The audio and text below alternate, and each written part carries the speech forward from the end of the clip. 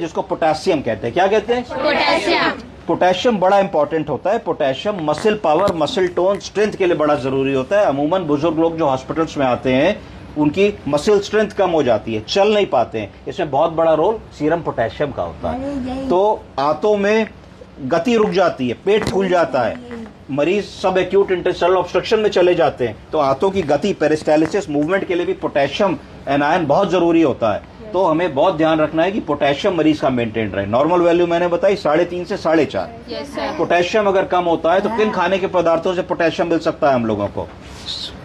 फल, हरी पत्तेदार सब्जियां, फलों में भी केले में बहुत ज्यादा पोटेशियम होता है, टमाटर में बहुत ज्यादा पोटेशियम होता है, नारियल पानी में बहुत ज्यादा पोटेशियम होता है, पालक, मेथी, बथुआ में बहुत ज्यादा पोटेशियम होता है, ड्राई फ्रूट्स, काजू, किशमिश, बादाम, मेवे, इनमें पोटेशियम बहुत ज्यादा होता है। तो इनमें से किसी भी चीज को जब आप मरीज को बताएंगे तो हाई पोटेशियम डाइट के तौर पे आएगा। कॉमनली अगर आप उसको कह देंगे जो इलेक्ट्रोलाइट इम्बैलेंस का मरीज है जिसमें नमक भी कम है और पोटेशियम भी कम है, तो कहेंगे 2 टमाटर को कुकर में उबाल लें और उसमें 4-6 चुटकी नमक मिला करके मरीज को सुबह शाम पिलाएं। ऐसा करने से 7-8 दिन में प्राकृतिक तरीके से, नेचुरल तरीके से, बिना दवा की मदद के हम मरीज का इलेक्ट्रोलाइट इम्बैलेंस ठीक कर सकते हैं। एक चीज इसमें इंपॉर्टेंट है कि सोडियम अगर ज्यादा होगा तो भी मरीज के लिए बहुत खतरनाक हो सकता है। और सोडियम का कभी भी फास्ट करेक्शन नहीं करना चाहिए। क्या नहीं करना चाहिए? Fast correction. सोडियम का करेक्शन किस चीज से किया जाता है? सलाइन से।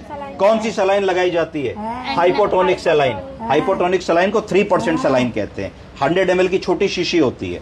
हमेशा याद रखिए कि नॉर्मल सलाइन तो हम तेज चला सकते हैं, एक बोतल को हम 2 घंटे 1 घंटे में भी दे सकते हैं, 500 ml की जो बोतल आती है, पर 3% हाइपोटोनिक सलाइन को हमको धीरे धीरे चलाना है। कोशिश करनी है कि इन्फ्यूजन पंप से 10 ml पर आवर के ही रेट से चलाएं और एक 100 ml की शीशी कम से कम 6 घंटे से पहले ना दें।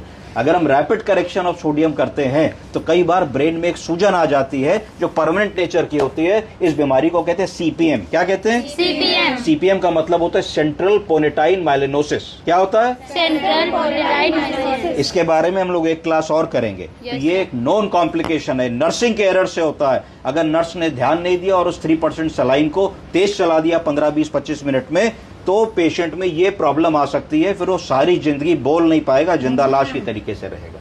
तो we have to be very thoughtful about it कि हम क्या चढ़ा रहे हैं, कैसे चढ़ा रहे हैं, क्या ऑर्डर हमारे डॉक्टर ने लिखा है। ठीक है। तो पोटेशियम के करेक्शन की बात हो गई, सोडियम के करेक्शन की बात हो गई। पोटेशियम करेक्शन में सीखिए, कभी भी पोटेशियम का इंजेक्शन हम आईवी लगा सकते हैं? नहीं लगा सकते। क्यों नहीं लगा सकते?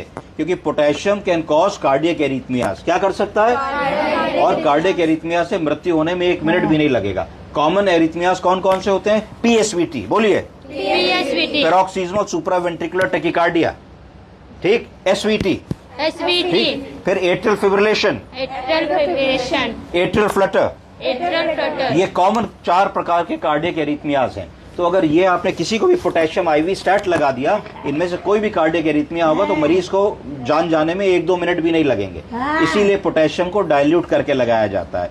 हमेशा पोटेशियम का 1 या 2 एम्पुल को हम लोग को नॉर्मल सलाइन की 500 ml की बोतल में डाल देना होता है। कभी भी किसी बोतल में कुछ भी डाल रहे हैं तो सबसे पहले बड़ा सा टेप लगा के लिखिए, added injection potassium chloride 2 ampoule, समय डालिए और माइक्रो ड्रिपसेट से धीरे धीरे 10-12 घंटे में स्लो करेक्शन कीजिए। ठीक है जी। और इसका ओरल करेक्शन भी होता है। ओरल करेक्शन के लिए सिरप पॉटक्लोर आती है। क्या आती है?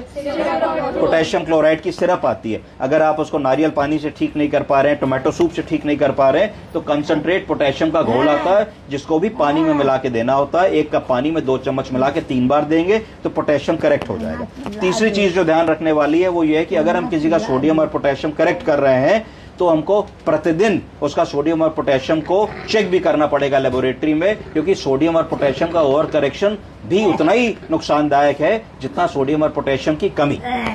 तो अगर सोडियम और पोटेशियम जल्दी से ज्यादा करेक्ट कर दोगे तो और करेक्ट करते चले जाओगे उसके बाद भी, तो मरीज को और कॉम्प्लिकेशंस हो जाएंगे। तो रोज आपको उसको चेक करना है, देखना है और क्लिनिकल असेसमेंट करना है कि हमारे मरीज की मसल में ताकत कम थी, हमारे मरीज का पेट फूला था, आप देखो पोटेशियम करेक्ट हो गया, उसका पॉटी होने लगी, उसका पेट पिचक गया, पहले कम बोल रहा था, उसकी ऑल्टर्ड सेंसोरियम थी, चैतन्यता कम थी, अब देखो मरीज बोलने लगा, पहचानने लगा, कॉन्शियस हो गया, ओरिएंटेड हो गया। इस तरीके से हमको इलेक्ट्रोलाइट इम्बैलेंस को समझना है। सबसे पहले क्लिनिकल उसकी डायग्नोसिस बनानी है, ब्लड वैल्यूज में देखना है क्या आया, और फिर धीरे धीरे उसका करेक्शन करना है, और करेक्शन करके मरीज 2-3 दिन में ठीक होकर घर चला जाता है। ये ओल्ड एज की कॉमनेस्ट प्रॉब्लम है। समझ गए? Yes, कोई sir. सवाल? No, sir. Thank you. Thank you, sir.